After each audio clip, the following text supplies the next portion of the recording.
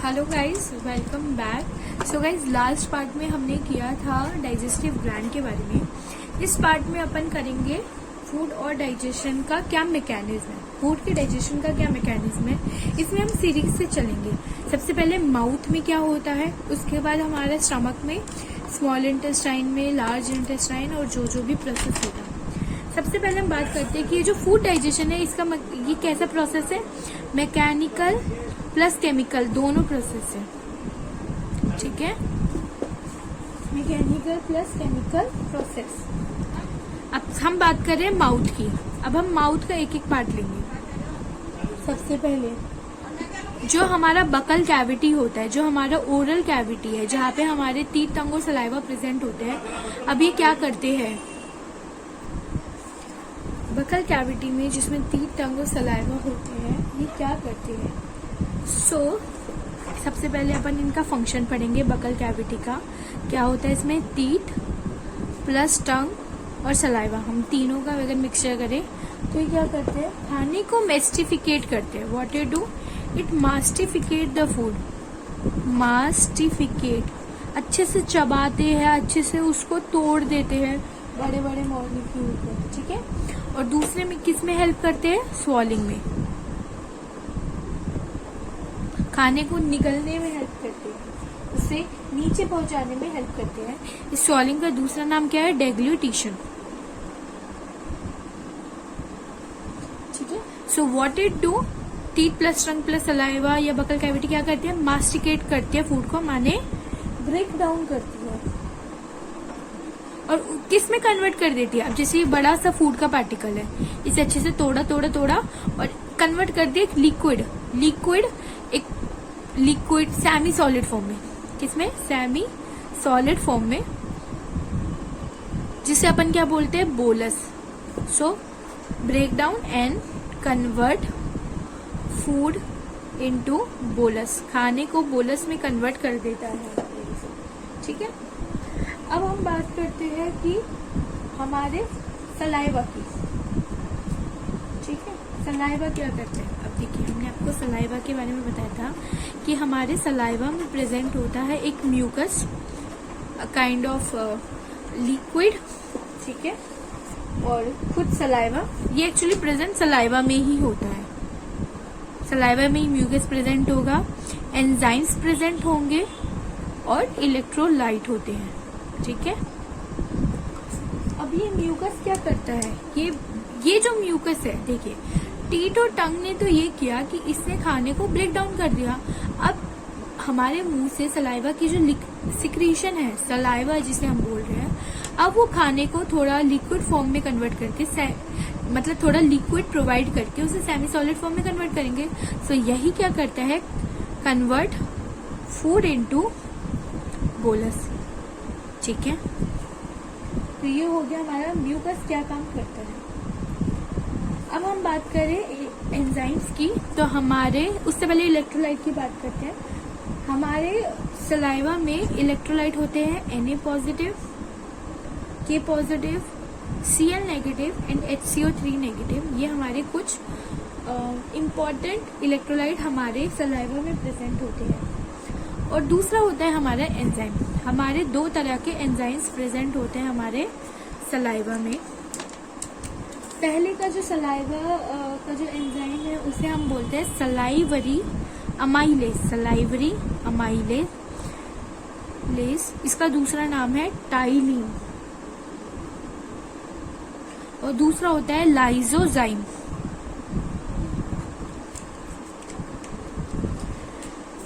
Salivary amylase, it is a first enzyme, पहला enzyme हमारी body का है दैट एक्ट अपॉन फूड, जो खाने के ऊपर एक्ट करता है। ये हमारी बॉडी का पहला एंजाइम होता है, ठीक है। और ये क्या करता है, ये क्या सिक्रीट करता है, इसकी क्या मतलब इसका क्या रोल है। So it is a hydrolytic enzyme, ठीक है। इसका क्या काम है, it is a carbohydrate splitting enzyme. ये कार्बोहाइड्रेट को स्प्लिट कर देता है। तो व्हाट इट डू, हमारे खाने में जो स्टार्च होगा उसको ये माल्टोज में कन्वर्ट कर देगा।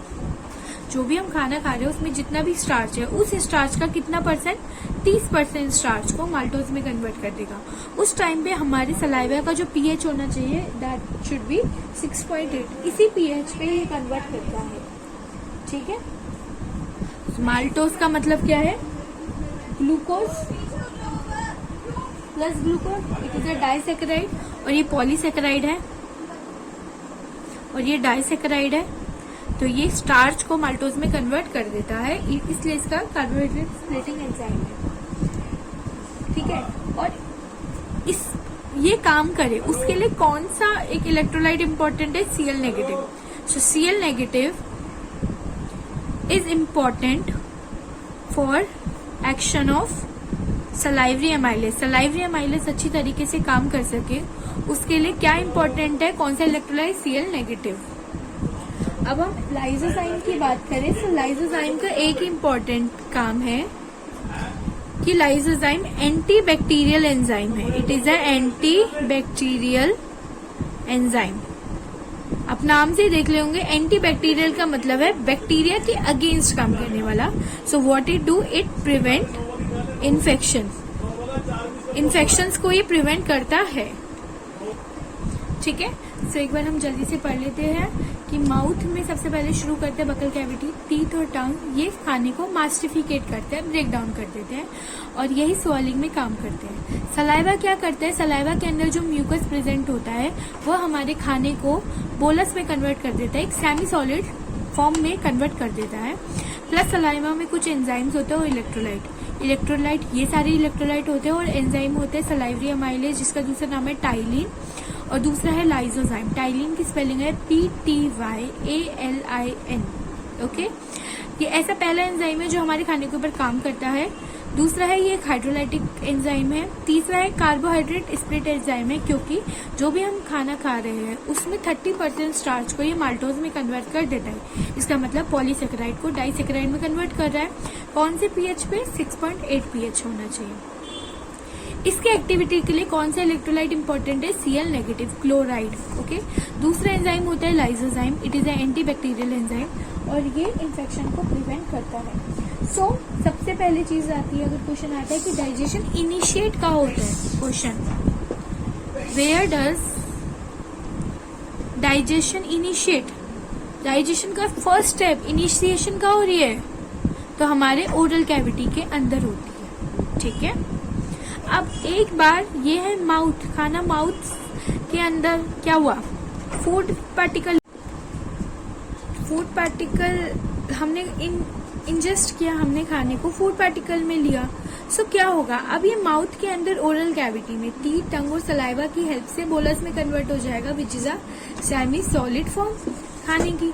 ठीक है, अब ये बोलस इसी फॉर्म में स्टमक में जाएगा, पर वो किस प्रोसेस के थ्रू जाता है वो हम अभी आपको बताएंगे। कि हम जानते हैं कि ओरल कैविटी से स्टमक में जाने के बीच में ईसोफेगस आता है, which act as a food pipe, जो खाने को ट्रांसफर करता है। अब इस स्टमक के अंदर बोलस की जो मूवमेंट होती है उस मूवमेंट को अपन स्वेलिंग बोलते हैं, निगलना बोलते हैं। इसका दूसरा नाम है डेग्लिटेशन। और ये किस फॉर्म में होती है, ये ऐसे देखिए वेवी मस्कुलर कॉन्ट्रैक्शन की फॉर्म में होती है। ठीक है, और मास मूवमेंट है, माने एक साथ काफी सारी मूवमेंट है। सो ये वेवी कॉन्ट्रैक्शन है जिसका नाम है पेरिस्टालिसिस। सो ये प्रोसेस है पेरिस्टालिसिस, और माने किस मसल कॉन्ट्रैक्शन का नाम है पेरिस्टालिसिस और इस पूरे प्रोसेस का नाम है स्वेलिंग। सो जो बोलस है वो हमारे स्टमक में थ्रू ईसोफेगस मूव करता है बाय स्वेलिंग और डेग्लूटेशन। अब हम जल्दी से बात करते हैं स्टमक की। स्टमक में क्या होता है, एक बार खाना स्टमक में पहुंच गया तो हम जानते हैं, हमने पहले पढ़ा है कि जो स्टमक की इनर मोस्ट लेयर होती है जिसका नाम है म्यूकोसा, 4 लेयर बताई थी हमने आपको, सिरोसा, सबमस्कुलरिस, म्यूकोसा और सब म्यूकोसा और mucosa. So mucosa is the inner most layer, और हमने बताया था कि इस इनर मोस्ट लेयर की जब ये स्टमक में होगी तो इसके खुद के ग्लैंड होते हैं।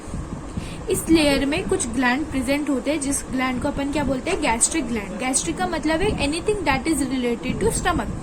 सो कुछ ऐसे ग्लैंड जिसका नाम है गैस्ट्रिक ग्लैंड। अब इन गैस्ट्रिक ग्लैंड की अब कुछ सेल से तो ऑब्वियसली बने हैं, उन ऐसी 3 टाइप की सेल हमारे गैस्ट्रिक ग्लैंड में प्रेजेंट होती है।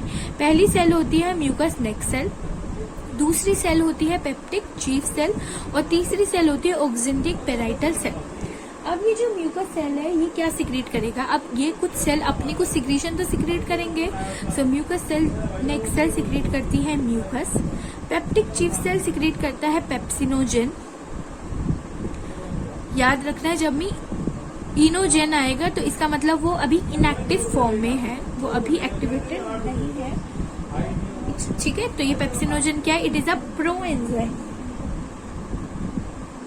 अभी इनएक्टिव फॉर्म में है, प्रो एंजाइम है। और ऑक्जेंटिक पेराइटल सिक्रीट करता है हमारा हाइड्रोक्लोरिक एसिड HCl और दूसरा सिक्रीट करता है इंट्रिंसिक फैक्टर। इस HCl को अपन गैस्ट्रिक एसिड भी बोलते हैं, ठीक है, हाइड्रोक्लोरिक एसिड और गैस्ट्रिक एसिड, और ये इंट्रिंसिक फैक्टर, ठीक है। तो म्यूकस सेल तो हमें पता है ये क्या करते हैं, खाने को ल्यूब्रिकेट। जब भी म्यूकस आएगा उसका मतलब है वो खाने को ल्यूब्रिकेट कर रहे हैं, देखिए, ठीक है। ये हो गई पेप्सिनोजेन, इसके बारे में अभी अपन बात करेंगे, पहले इसके बारे में भी बात कर देते हैं। ये सिक्रीट करते हैं HCl और गैस्ट्रिक एसिड, और दूसरा है इंट्रिंसिक फैक्टर। अभी इंट्रिंसिक फैक्टर क्या है, ये किस चीज के लिए इम्पोर्टेंट है? इंट्रिंसिक फैक्टर हमारे एब्जॉर्ब करवाते हैं, absorption of vitamin B12। Vitamin B12 की इम्पोर्टेंट एब्जॉर्प्शन के लिए इम्पोर्टेंट है। तो इंट्रिंसिक फैक्टर इसलिए इम्पोर्टेंट है क्योंकि हमारे इंटेस्टाइन में विटामिन B12 की, जो भी खाने में हम विटामिन B12 ले रहे हैं वो सिक्रीट आउट ना हो और वो एब्जॉर्ब हो सके, इसलिए इंट्रिंसिक फैक्टर इम्पोर्टेंट होता है।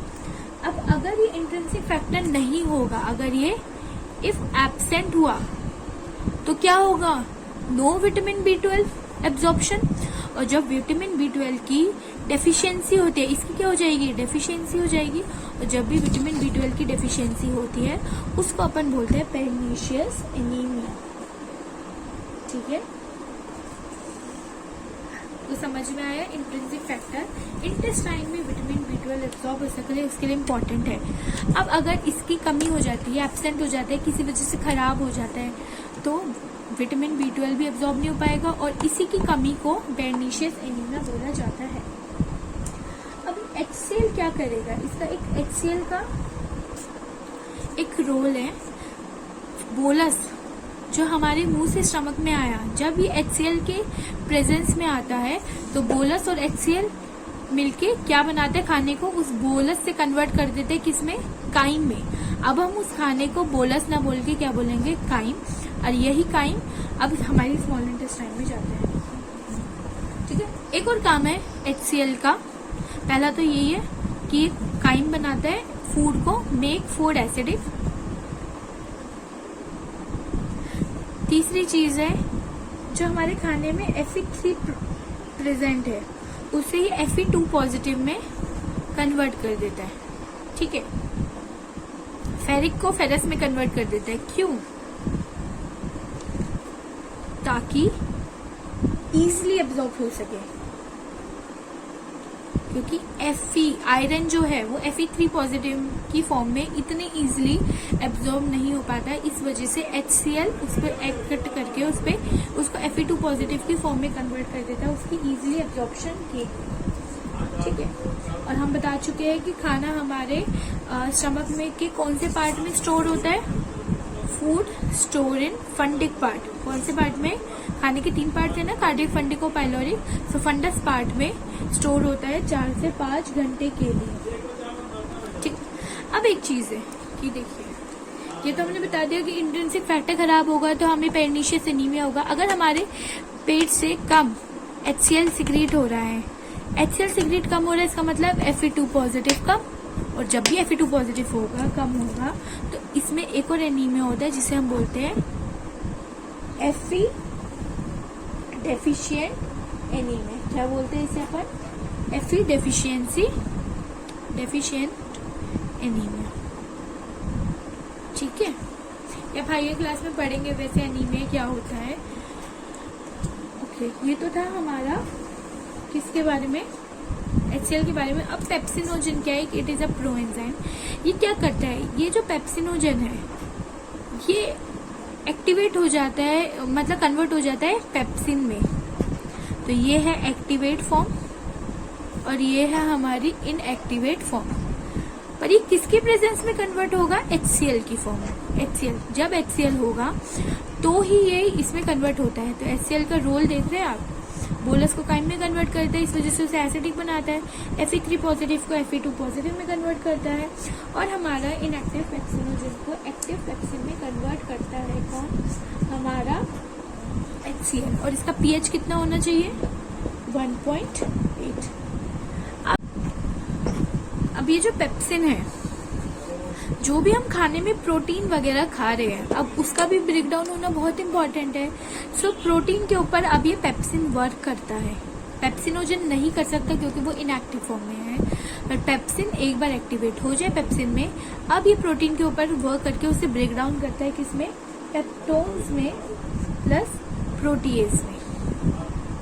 ठीक है, और फर्दर छोटी छोटी पार्टीशन कर देता है उसको। ये हमारा हो गया पेप्सिन के बारे में। एक और चीज इम्पोर्टेंट है कि भैया हम जानते हैं काइम एसिडिक होता है। क्यों? क्योंकि उस पर HCl वर्क कर रहा है। ये तो है स्टमक की बात। एक बार जब काइम स्टमक से स्मॉल इंटेस्टाइन में जाएगा या डिओडिनम फर्स्ट पार्ट में जाएगा तो इसे एसिडिक से बेसिक होना पड़ेगा। ठीक है, क्योंकि इसके जितने एंजाइम होते हैं वो बेसिक पीएच पे ही काम करते हैं। तो इसका बेसिक कौन बनाएगा? हमने पढ़ा था ग्लैंड्स में कि cystic duct, common bile duct और पेनक्रियास का जो डक्ट होता है वो दोनों ओपन होते हैं डिओडिनम में, और जब वो दोनों डिओडिनम में ओपन होंगे तो वो अपनी एल्केलाइन सिक्रीशन करेंगे। ठीक है, और वही एल्केलाइन सिक्रीशन काइम पे जाएगा और काइम को एसिडिक से बेसिक बना देगा। ओके, तो ये सब है हमारे स्टमक के बारे में। एक और चीज आती है हमारी,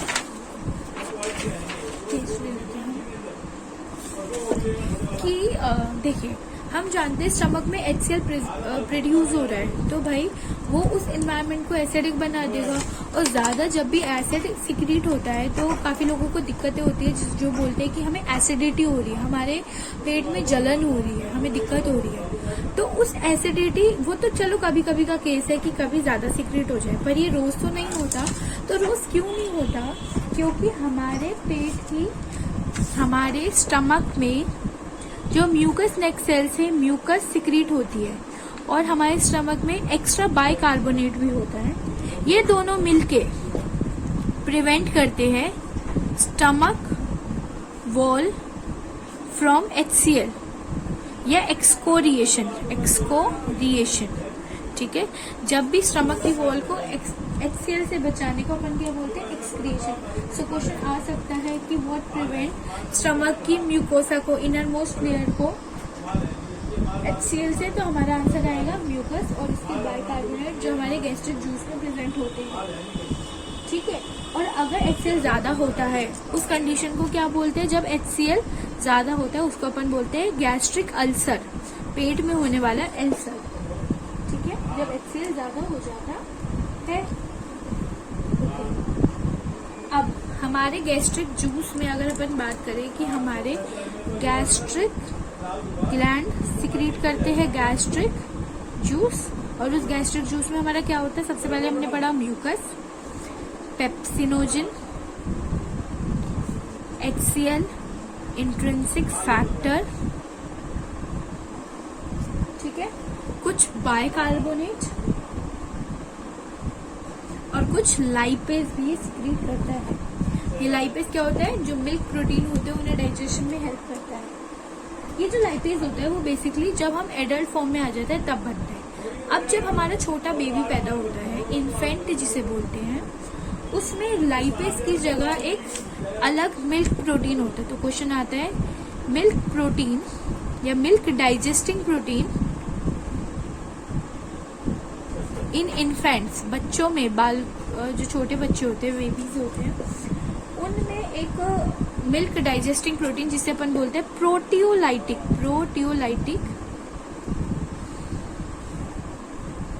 प्रोटियोलाइटिक एंजाइम, ठीक है, वो कौन होता है? प्रोटियोलाइटिक। प्रोटियोलाइटिक का मतलब लाइटिक जहाँ भी है उसका मतलब है ब्रेक डाउन होना। तो प्रोटीन के ब्रेक डाउन करने में जो हेल्प करता है ऐसा एंजाइम जो इन्फेंट्स में होता है वो कौन होता है? रेनिन, ठीक है। ये क्या करता है? डाइजेस्ट करता है मिल्क प्रोटीन इन इन्फेंट्स, ठीक है। तो ये इम्पोर्टेंट था हमारे स्टमक के लिए कि स्टमक में हमारी ये तीनों जो ग्लैंड होते हैं उनकी सिक्रेशन होती है। फिर हमारा HCl ज्यादा ना हो उससे उसकी स्टमक की लेयर को कौन बचाता है? म्यूकस और बाइकार्बोनेट। अगर HCl ज्यादा होता है तो उसे अल्सर बोलते हैं। फिर क्या होगा? गैस्ट्रिक जूस में क्या क्या होता है? Mucus, pepsinogen, HCl, intrinsic factor, bicarbonate और लाइपेज। और इन्फेंट्स में इसी लाइपेज की जगह होता है रेनिन। एक चीज याद रखनी है विच इज इम्पोर्टेंट कि हमारी ह्यूमन फिजियोलॉजी में 2 रेनिन आएंगे, एक आएगा RENIN और एक आएगा RENNIN। तो RENNIN तो है हमारा डाइजेशन से रिलेटेड और RENIN है हमारा एक्सक्रीशन, हमारी बॉडी की एक्सक्रीटरी सिस्टम से रिलेटेड। तो ये कंफ्यूजन हो जाती है, काफी बार ऐसे क्वेश्चंस आ चुके हैं नीट में, तो उसमें इम्पोर्टेंट आपको याद रखना है। ओके, तो इस पार्ट को हम यहीं पे स्टॉप करते हैं। नेक्स्ट पार्ट में अपन करेंगे कि खाना अब तो ये हो गया स्टमक। अब स्टमक से निकल के जब स्मॉल इंटेस्टाइन में जाएगा जहाँ पे मेन डाइजेशन खाने की होती है, वहाँ क्या होगा? एक और बात याद रखनी है कि स्टमक में कुछ परसेंटेज प्रोटीन की डाइजेशन ऑलरेडी हो जाती है, ठीक है। तो नेक्स्ट पार्ट में अपन करेंगे कि स्मॉल इंटेस्टाइन के उसका क्या रोल होता है। उसके बाद शायद वो एक पार्ट में कंप्लीट हो जाएगा, उसके बाद आएगा एब्जॉर्प्शन और डिसऑर्डर। ओके, तब तक के लिए थैंक यू। और अगर आपको कुछ समझ नहीं आया है तो you can ask in comment section also.